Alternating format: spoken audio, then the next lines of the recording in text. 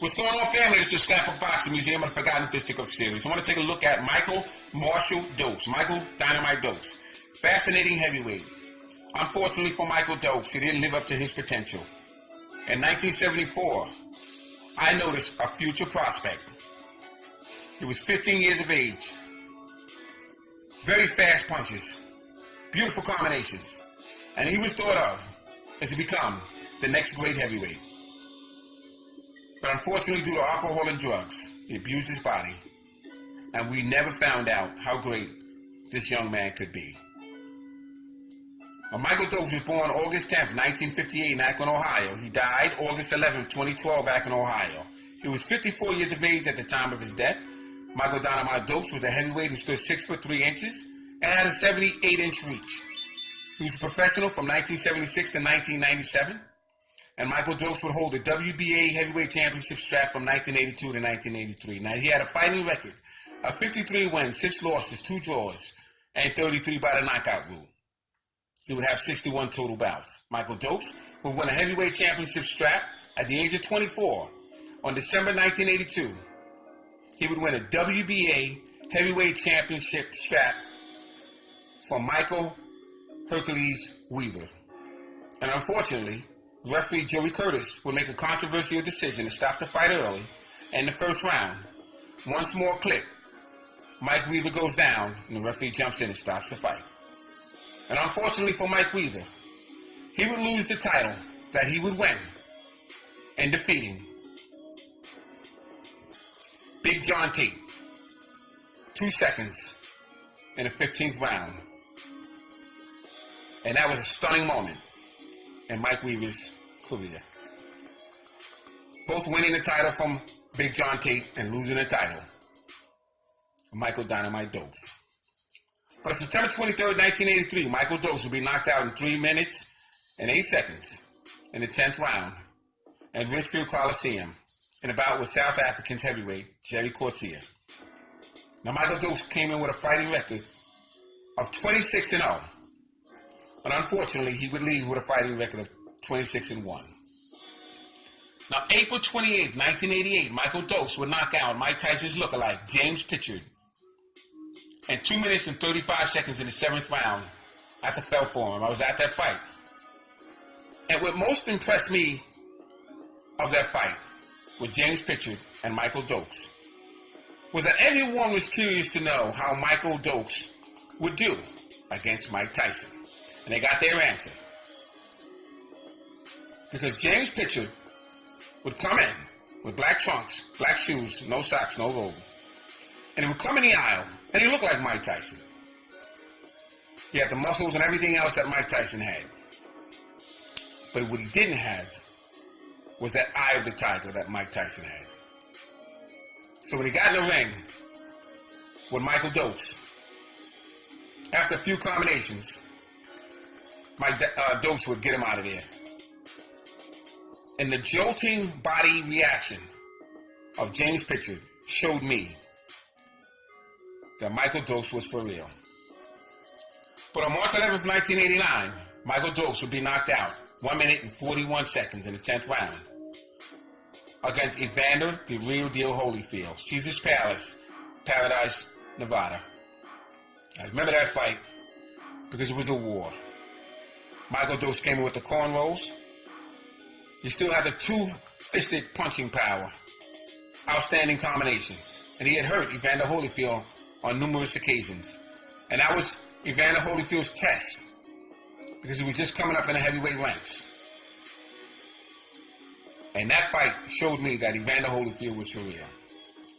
On April 4th, 1990, 53 seconds in the 4th round, one of the most frightening moments of my life was when I noticed that Michael Dokes was laying stretched out after the smash from Donovan Razor Ruddock. This fight took place in Madison Square Garden. I was only 7 rows back, and you can hear that punch around the arena. And Michael Dokes was stretched out for about 7.5 minutes. As a matter of fact, I didn't know whether or not Michael Dokes even got up until I got home and heard the news results. I thought it was over for Michael Dokes. That was an unbelievable punch.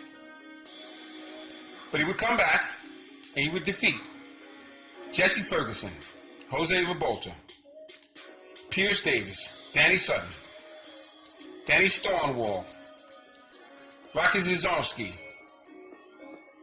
Curtis Isaac, Eddie Richardson, Randall Tex Cobb. Michael Dokes made a comeback in February 1993 for the third title opportunity against heavyweight champion Riddick Big Daddy Bowe. Now, there was a time when Riddick Bowe was called Sugar Bear, and he had the little blonde streak in his hair. I remember watching Riddick Bowe in Gleason's gym. This is before he was in the Olympics. He was always a clown, but at that time he was taking his career very serious. But after this Michael Dokes fight, Riddick Bowe began to clown around again. He had a kitchen in his bedroom, and he didn't take boxing serious anymore. But the Riddick Bowe that got in there with Michael Dokes was the wrong Riddick Bowe for Michael Dokes. And in just in one round, he would knock Michael Dokes out. Now, Michael Dokes would earn $750,000 in that fight. And that was about it for Michael Dokes. He had a few more fights. In fact, his last fight he fought was November 1997. He weighed in 280 pounds. And he wound up getting arrested. He was sentenced. But I want to look at the bright career of Michael Dokes. Let's take a look at his amateur pedigree.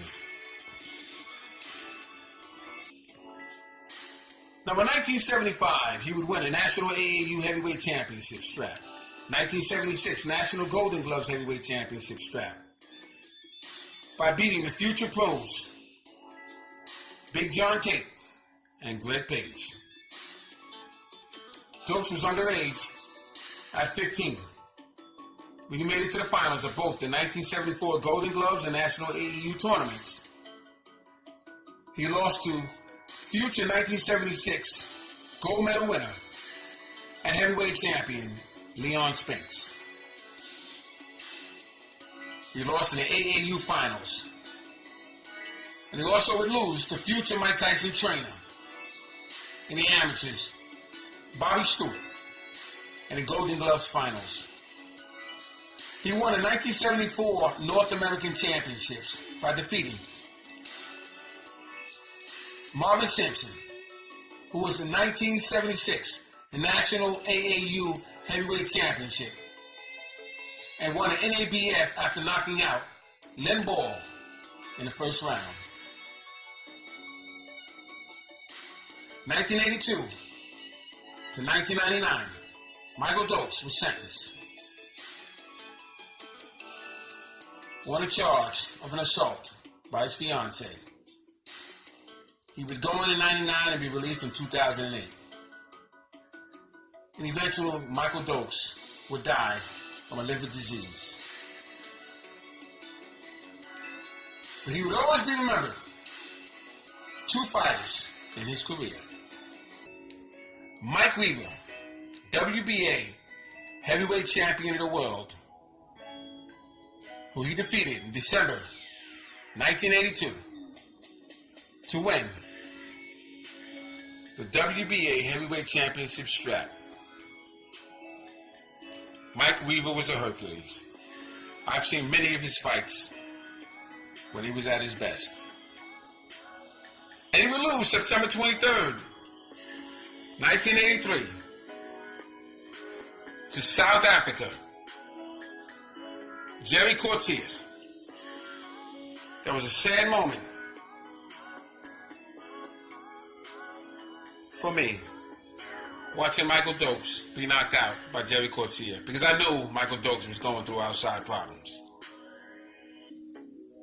And he would never regain that championship back. Young man with so much potential, so much ability.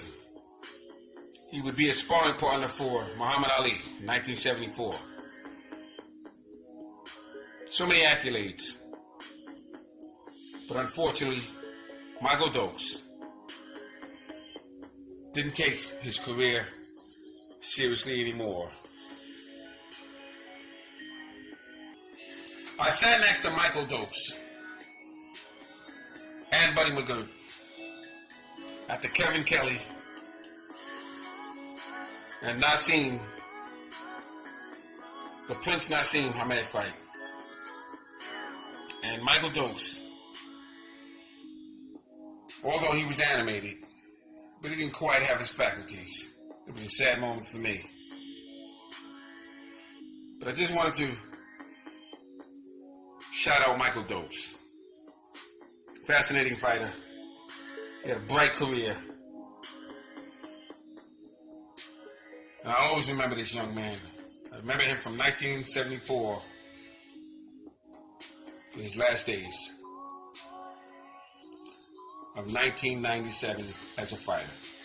Salute to Michael Dokes. Thanks for hanging in there with me.